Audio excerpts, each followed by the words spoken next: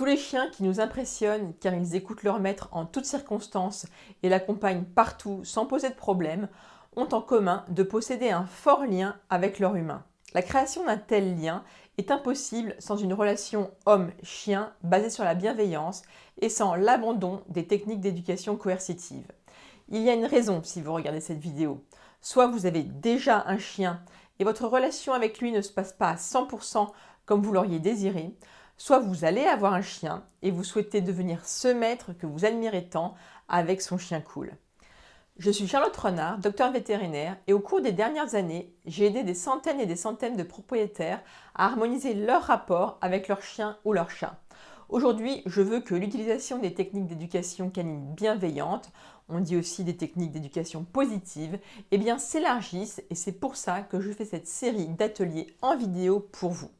Mais au travers de ces vidéos, je veux aussi attirer votre attention sur le fait qu'il ne s'agit pas seulement de bienveillance, mais aussi de résultats. Et c'est tout le principe du concept BCMB que j'ai développé. Alors BCMB, ça signifie bon chien, maître bienveillant. La finalité, en fait, c'est d'avoir un bon chien grâce aux techniques bienveillantes. Mais il ne suffit pas juste d'être un maître bienveillant, mais qui n'aurait pas de résultat et continuerait à s'arracher les cheveux avec les petits tracas du quotidien qu'il n'arriverait pas à résoudre malgré toute sa bonne volonté. Le chien qui continue de tirer, qui n'écoute rien, qui détruit, etc. Alors dans la vidéo précédente, que vous pouvez aller voir en cliquant sur la vignette juste au-dessus si ce n'est pas encore fait, je vous ai expliqué comment j'avais compris que l'éducation canine traditionnelle était dépassée, malgré ce que j'avais pu apprendre en école vétérinaire. Je vous ai aussi expliqué qu'aujourd'hui, on n'éduque plus son chien comme il y a 30, 20, 10 ou même 5 ans. Le virage est en train d'être pris en ce moment même dans toutes les écoles vétérinaires du monde. Oui, vous avez bien entendu, en ce moment même. Et vous, si vous ne prenez pas ce virage et si vous continuez à utiliser les techniques traditionnelles qui sont désuètes aujourd'hui, où serez-vous dans 2 ou 3 ans avec votre chien ? Toujours à essayer de résoudre vainement les mêmes problèmes avec ce petit goût amer de ne pas avoir le chien cool dont vous rêviez ? Toujours avec ce chien qui saute sur tout le monde, qui tire sur la laisse et ne revient jamais au rappel ? Alors, certains sont persuadés qu'un chien a besoin d'un maître qui les domine. C'est d'ailleurs un conseil qu'on entend très souvent. Ton chien ne t'obéit pas car il est dominant. C'est à toi de devenir le chef de meute, de le dominer. Tout cela est faux. Les spécialistes en comportement vétérinaire prônent désormais l'abandon de la théorie de la dominance. La Société américaine de comportement vétérinaire a même d'ailleurs publié en 2008 sa déclaration sur la nécessité de ne pas utiliser cette théorie dans l'éducation canine. Chercher à instaurer une hiérarchie et imposer des méthodes coercitives à son chien est reconnu pour avoir des effets dévastateurs sur le chien. Cela augmente l'anxiété. Cela augmente le risque d'agression, notamment ce qu'on appelle les agressions redirigées, c'est-à-dire sur d'autres personnes, comme notamment les enfants. Un exemple dans la vie de tous les jours de ce stress, c'est le chien que l'on gronde quand il fait ses besoins à l'intérieur de la maison. Faire ça, en fait, ça va juste retarder son apprentissage de la propreté et ça va augmenter son stress. Pour preuve, certains chiens se précipitent pour manger leur crotte quand ils ont fait à l'intérieur pour éviter que leur maître ne voie leur forfait et les punisse.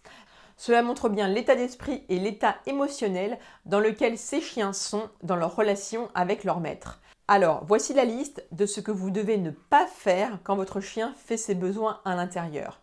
Première chose, ne lui mettez pas le nez dedans. Deuxième chose, ne lui criez pas dessus. Troisième chose, ne le tapez pas. Quatrième, ne le secouez pas par la peau du cou. Alors, que devez-vous faire ? Eh bien, retenez tout d'abord la règle de 1 mois égale 1 heure.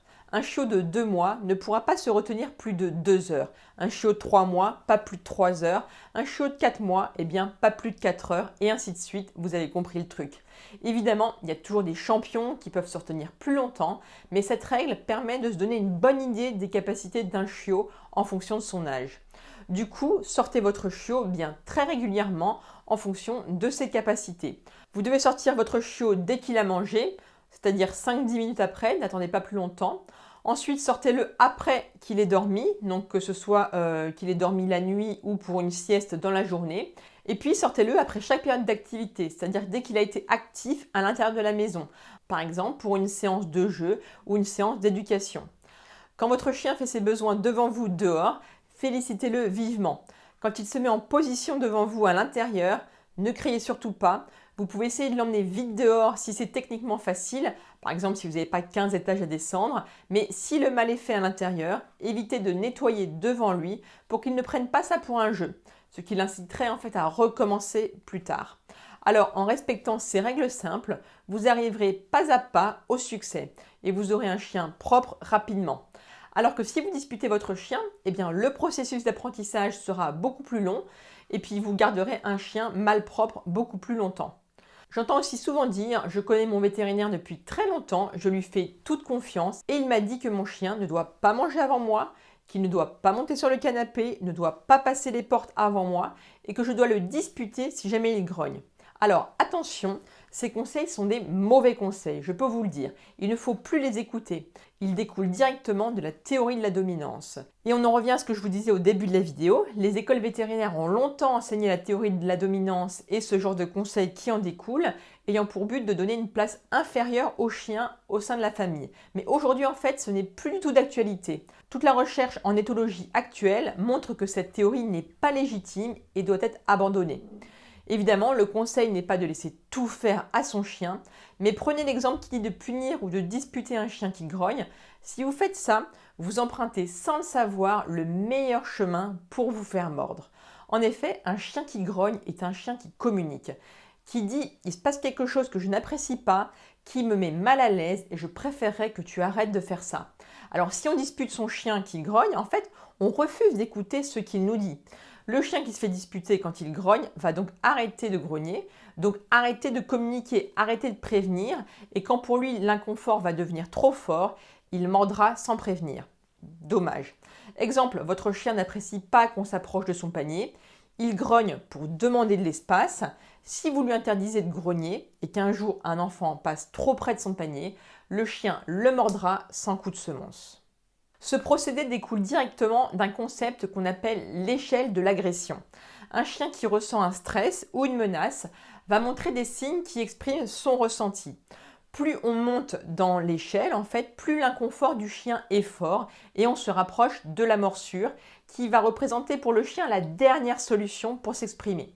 Le premier échelon est représenté par le bâillement, puis le deuxième par le détournement de la tête, le détournement du regard, ensuite le détournement du corps tout entier, puis le chien s'en ira. Il peut aussi ramper la queue en arrière, se cacher avec la queue entre les pattes, se coucher sur le dos, ventre exposé. Le niveau au-dessus sera une raideur de la posture, un regard fixe, et ensuite on va passer au grognement, puis claquement de dents et enfin morsure. C'est ce qui termine la séquence. Alors, un chien ne va pas forcément passer par tous les échelons de cette échelle, mais il passera au moins par 2 ou 3 étages. Par exemple, le chien qui tourne la tête, ensuite va chercher à s'en aller, mettra ses oreilles en arrière, va grogner et enfin mordre. Donc on voit dans cette échelle que grogner est l'avant-dernière étape juste avant la morsure. Si vous enlevez cet étage, votre chien passera directement à la morsure d'un seul coup. Vous devez donc bien étudier cette échelle et bien la retenir. En maîtrisant ce concept, vous comprendrez mieux votre chien et n'importe quel chien que vous croiserez et qui grogne dans votre entourage. Et vous pourrez aussi expliquer ce concept aux autres personnes, à vos amis qui ont des chiens, ce qui pourra éviter des catastrophes et je vous en remercie d'avance. Alors, en passant à l'éducation bienveillante, les problèmes de comportement indésirable diminuent petit à petit. Fini le chien qui vous empêche de partir en vacances car vous ne pouvez pas le laisser seul dans une chambre d'hôtel ou dans une location sans qu'il aboie ou détruise tout. Fini les sorties stressantes car soit votre chien tire trop, soit il est trop réactif aux autres chiens. Fini les week-ends où vous n'invitez plus personne de peur que votre chien saute sur tout le monde et que vous n'arrivez pas à résoudre ce problème. Vous pensez peut-être, ok, tout ceci est bien beau, mais j'ai déjà tout essayé et rien ne marche avec Médor. Alors, prenons l'exemple du chien qui saute sur vous quand vous rentrez à la maison. En éducation traditionnelle, les conseils classiques seraient par exemple de disputer son chien, de lui dire non et aussi lui donner un coup de genou quand il saute. Mais en fait, quand votre chien saute, il cherche simplement à avoir votre attention. Donc c'est exactement ce que vous faites, ce que vous lui donnez quand vous lui parlez, même si c'est avec un ton de réprimande ou quand vous lui donnez un coup de genou. Vous interagissez avec lui et vous lui donnez de l'attention. C'est pour cela que ça ne marche pas et que votre chien continue. Il reçoit de l'attention, c'est ce qu'il cherche, donc ça le renforce dans son comportement de sauter sur les gens. Dans ce cas-là, il faut se tourner vers d'autres techniques. Et en éducation bienveillante, on pourra conseiller entre autres la technique du poireau.